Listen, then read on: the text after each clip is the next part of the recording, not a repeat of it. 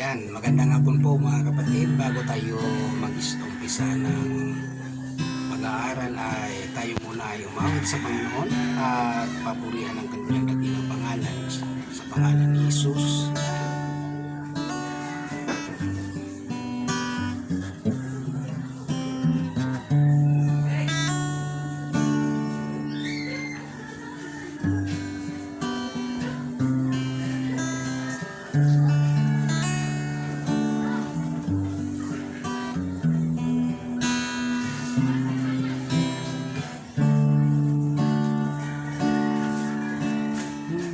Nang makilala ka,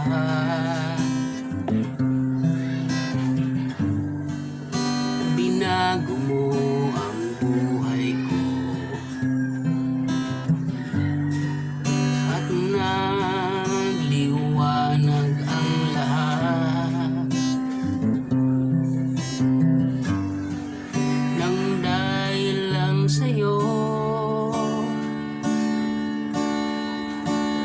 Dahil lang sa'yo, ang puso ko'y nagagalak sa'yo, Panginoon. O ikaw ang dahilan ng buhay ko.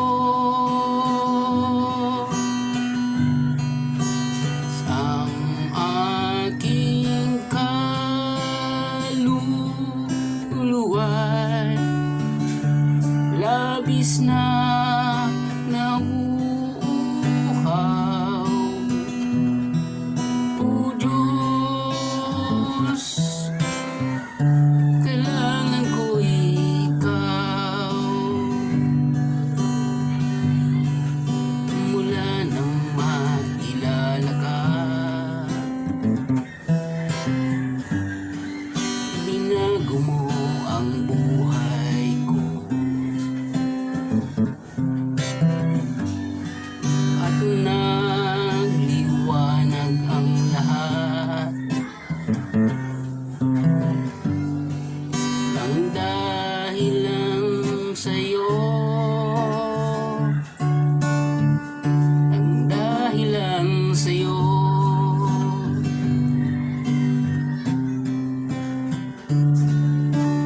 Ang puso ko'y nagagalak sa iyo, Panginoon. O ikaw ang dahilan ng buhay ko.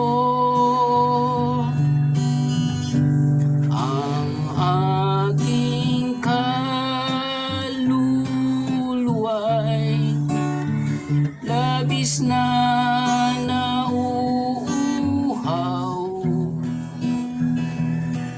O Diyos, kailangan ko ikaw. O Diyos, kailangan ko ikaw.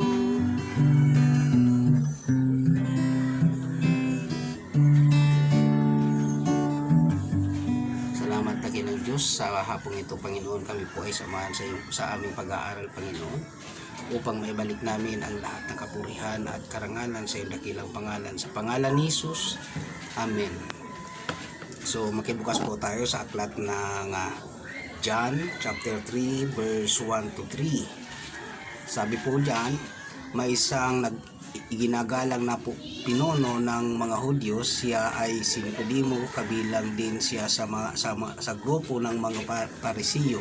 Isang gabi pumunta siya kay Jesus at sinabi, "Guro, nalalaman po namin kayo'y isang tagapagturong mula sa Diyos, sapagkat walang makagagawa ng mga himalang ginagawa ninyo kung wala sa inyo ang Diyos." Sumagot si Jesus, "Pakatandaan mo, malibang ipanganak na muli ang isang tao, hindi siya hindi niya makikita ang paghahari ng Diyos. Purihin po ang Panginoon sa hapong ito, no? So, sa hapong po ito, ang pag-aaralan po natin ay patungkol po sa muling kapanganakan. Meaning, hindi po yan kapanganakan physical, kundi kapanganakan spiritual. So, sabi nga po dyan, maliban ang isang tao ipanganak na muli, hindi niya makikita ang paghahari ng Diyos. So napakahalaga pong paksa na kung saan po ay dapat nating bigyan ng pansin, sapagkat dito po ay makikita natin na napakahalagang magkaroon po tayo ng pagbabago sa buhay, sapagkat sabi nga po, tayo po ay nasanay na noong kapanahunan na kung saan po ay ang ating pong pagkakakilala sa Diyos ay isang pagkilala na kung saan ay alam lang natin na may Diyos, ngunit hindi po natin lubos na kilala ang Diyos. So dito po ay uumpisahan po natin ang ating pag-aaral sa John chapter 3 verse 3. Sabi niya po doon, ang sagot ng Panginoon na napakahalaga pong ating pong pag-aralan, sapagkat sabi nga po niya, pakatandaan mo. So sa ating pong pag-aaral, nais pong ibigay ng Panginoon sa atin na lahat ng gagawin natin na pag-aaral ay nais niya na magkaroon po tayo ng nalalaman, sapagkat sabi nga po niya, pakatandaan mo. So maliban sa ating pong mga pangsariling araw-araw na buhay na ang ating pong laging nasa isip ay yung kumita at magampanan kung ano ang obligasyon natin sa isang araw na yan, at magawa natin kung ano ang dapat nating gawin. Ngunit mayroon pong napakahalagang bagay na kailangan po nating malaman, na sa bawat araw na ginawa ng Diyos sa ating buhay ay magkaroon po tayo ng tunay na pag-alala o pagkilala sa ating Panginoon. So dito po ay makikita, sabi nga po ng binasa natin sa chapter 3 verse 3, na maliban ipanganak na muli. Yan po yung isang bagay na kung saan ay nagkaroon po ng katanungan dyan si Nicodemo, na kung saan po siya ay pinuno at siya po ay kabilang sa grupo ng mga Pariseo, na kung saan po ay sinagot din ulit yan ng Panginoon. Sabi niya po dyan sa verse 4, sabi niya po doon, paano maipapanganak pangmuli ang isang tao matanda na? Makakapasok pa ba siya sa sinapupunan ng kanyang ina para muling isilang? Tanong ni Nicodemo. So sagot po ng Panginoon dyan, pakatandaan mo. Inulit po ng Panginoon, pakatandaan mo, maliban ang isang tao ay maipanganak sa pamamagitan ng tubig at ng Espiritu, hindi ito makakapasok sa kaharian ng Diyos. So doon po sa una natin pinag-aralan, sabi niya po doon, hindi mo makikita ang paghahari ng Diyos. Sa pangalawa po, sa verse 5, sabi niya po doon, hindi ito makapapasok sa kaharian ng Diyos. So napakahalaga po na malaman natin ito, sapagkat sabi nga po, ang ating pong pag-aaral sa hapong ito ay sabi niya ay pakatandaan mo, maliban. Sabi, inulit po ng Panginoon doon, pakatandaan mo. So ibig sabihin ng Panginoon, nais niya na maunawaan po natin na sa ating pong pag-aaral, lagi tayong dapat may nauunawaan, mayroon tayong dapat na naiiwan sa ating puso at isip upang makita natin ang paghahari ng Diyos, at hindi lang makita kundi makapasok. Sabi nga po sa isang pag-aaral na kung saan ay ano ba ang napakahalaga, yung natatanaw mo lang at hindi mo nararanasan. So yun po yung bagay na kailangan nating unawain, sapagkat oo nga nakita mo, ngunit hindi mo siya naranasan, hindi ka nakarating, hindi ka nakapasok. Yun po yung tatlong bagay na kung saan ay napakahalaga pong malaman natin paano tayo makakapunta doon sa nakikita nating paghahari ng Diyos, at kung paano tayo makapapasok doon sa kaharian ng Diyos. Amen po ba?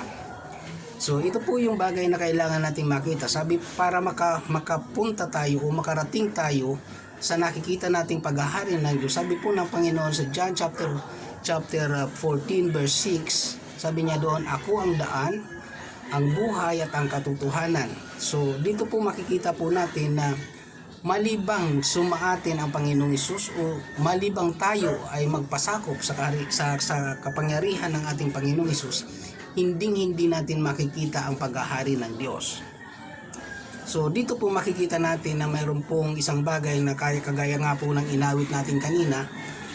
Sabi na doon sa intro ay sabi niya doon sa umpisa na mula nang makilala ka. So dito po makikita natin na kung hindi mo natin makikilala ang Panginoon at ang Diyos mismo, na kung saan ay nagnanais na ikaw at ako ay hindi mapawalay sa Kanya, tayo makita natin ang paghahari Niya at hindi lang makita kundi makapasok tayo sa Kanyang kaharian. Kasi sabi nga po dyan, although sinabi niya na sinabi doon na ang Panginoong Hesus ang daan, ang katotohanan at ang buhay, sabi nga po doon, mayroon pa po tayong nakakalimutan. Sabi niya po doon sa Matthew chapter 7 verse 21, hindi lahat na tumatawag sa akin Panginoon ay makapasok sa kaharian ng Diyos, sa kaharian ng aking Ama. Sabi ng Panginoon, sa kaharian ng aking Ama, kundi yaon lang sumusunod sa kalooban ng aking Amang nasa langit. So maliwanag po ang sinabi ng Panginoon doon na hindi sapat na makilala lang natin, kundi dapat po makasunod tayo sa kalooban ng Diyos. So malinaw po yun. Paano, Pastor, masusunod ang kalooban ng Diyos? Mahalaga po na magbasa po tayo ng kasulatan sa Biblia, sapagkat sabi nga po ng Panginoon dyan, pakatandaan mo. So dito po makikita natin na kung paano natin malalaman, paano natin matatandaan kung wala tayong nalalaman. So makikita po natin dyan, inulit ng Panginoon sa chapter 3 verse 5, sinabi niyon, pakatandaan mo maliban. Doon po sa chapter 3 verse 3, sabi niya doon, pakatandaan mo maliban. Sabi niya doon, ang karugtong po doon sa chapter 3 ay ipanganak na muli. Dito po sa chapter 5, sabi niya doon, maliban ang isang tao ay ipanganak sa pamamagitan ng tubig at sa espiritu. So kaya nga po napakalinaw po na sinasabi ng Panginoon na dapat nating matandaan na tayo po ay maisilang sa tubig at sa espiritu, na kung saan po ay nilalarawan po yan ng salita ng Diyos. At kapag po tayo po ay tumanggap sa Panginoon, yung po nilalarawan din ng Espiritu, na kung saan tinanggap natin ang Espiritu na mula sa Panginoon na binigay niya upang tayo po ay magkamit ng buhay na walang hanggan. Sabi nga po dyan sinabi nga po ng Panginoon sa chapter 10 ng John verse 20, sabi niya doon, ako ang nagbibigay ng buhay, kailan may hindi ito mapapahamak at hindi ito maaagaw ni numan sa aking mga kamay. Kaya nga po napakahalaga na magkaroon po tayo ng pagpanahon, bigyan natin ng panahon na mag-aral ng salita ng Diyos, sapagkat napakahalaga po na kung saan ang salita ng Diyos po ay maisaulo at maisabuhay natin, sapagkat sabi nga po ng Panginoon dyan sa ating po pinag-aaral, pakatandaan mo. So ibig sabihin po, nasa isip at nasa puso. At para po makapasok tayo, doon po yun sa una, sa chapter 3 verse 3, sinabi na doon, pakatandaan mo, malibang may panganak na muli ang isang tao, hindi niya makikita ang paghahari ng Diyos. So sa chapter 3 verse 5 po, sabi niya doon, maliban, sabi niya doon, pakatandaan mo, maliban ang isang tao ay maipanganak o ipanganak sa pamamagitan ng tubig. So dito po makikita natin, hindi po physical. Ang sagot ng Panginoon sa Pariseo, sa isang pinuno na kung saan ay kabilang ng grupo ng mga Pariseo, ay inilalagay ng Panginoon sa kanyang kaisipan na kung saan hindi sa pamamagitan ng paibabaw o hindi sa pamamagitan ng dahil kilala mo lang ang Panginoon. Tinatawag mo siyang Panginoon, ngunit hindi mo siya sinusunod. So sabi nga po ng isang pag-aaral, sabi nga ay, sino ba talaga ang kailangan masunod? Yung Panginoon o yung tumatawag sa kanya ng Panginoon. So kahit po sa isang halimbawa, sa isang tahanan, hindi po nasusunod yung katulong, kundi yung amo. Amen po ba? So malinaw po yan na kung saan po ay kailangan nating makita kung paano po tayo makakapasok sa kaharian ng Diyos. Sapagkat sabi nga po, napakahalaga nito na kung saan po ay hindi mo lang matanaw kundi makapasok ka. Kasi hindi mo po mararanasan kung ano ang kagandahan, kung anong kasaganaan mayroon sa kaharian ng Diyos kung hindi ka makakarating, hindi ka makakapasok. Sayang, nakikita mo lang. Amen po ba? Kaya kailangan pong maunawaan po ng bawat isa sa atin na kailangan natin makapasok sa kaharian ng Diyos. Na kung saan po ay ito naman ay sabi ng Panginoon ay malinaw na sinabi ng Panginoon sa Matthew chapter 7 verse 21 na yaon lang sumusunod sa kalooban ng aking amang nasa langit. So malinaw po, may mga pattern po ang Panginoon na iniwan sa atin, na kung saan sinabi niya doon sa chapter 3 at verse 3 verse 5, sinabi yung pakatandaan mo. So may pattern pong iniiwan ng Panginoon. May pattern po siya, mayroon po siyang guidelines na kung saan sinabi niya doon para makapasok tayo, hindi lang natin natatanaw o makita ang paghahari ng Diyos, kundi makapasok tayo sa kaharian niya. Ito po yung bagay na kung saan ay dapat nating sundan, yung pattern po na iniiwan ng Panginoon, na sinabi niya nga po doon ay pakatandaan mo. Na kung saan po ay sinabi niya doon na yaon lang sumusunod sa kalooban ng aking amang nasa langit. So malinaw po mga kapatid na kung saan ay kailangan nating maisagawa kung ano ang kalooban ng Diyos. Kaya nga po sa hapong ito, nais ko pong iwanan sa inyo kung anong dapat nating gawin. Kailangan po nating basahin ang Biblia. Wala pong bayad dyan, wala pong maniningil sa inyo kapag nagbabasa po kayo ng Biblia. At di rin po kayo mawawalan kundi magkakaroon pa kayo ng kaunawaan tungkol sa kalooban ng Diyos. Ano po ang layunin nito? Para ikaw po at ako ay makapasok doon sa kaharian ng Diyos. Sapagkat itong buhay po ito sa mundong ito, na kung saan po ay ipinagkaloob ng Diyos sa atin, ay isa pong napakahalagang bagay na kung saan ay tayo ay magkamit kung ano ang mayroon sa kaharian ng Diyos. Tayo po ay binigyan ng laya ng Panginoon na makapasok. Kaya nga po sabi niya, pakatandaan mo. Sabi niya doon. Kaya nga po may dalawa pong verse na inalintulad ako dito o dinagdag ako dito sa pag-aaral na ito. John chapter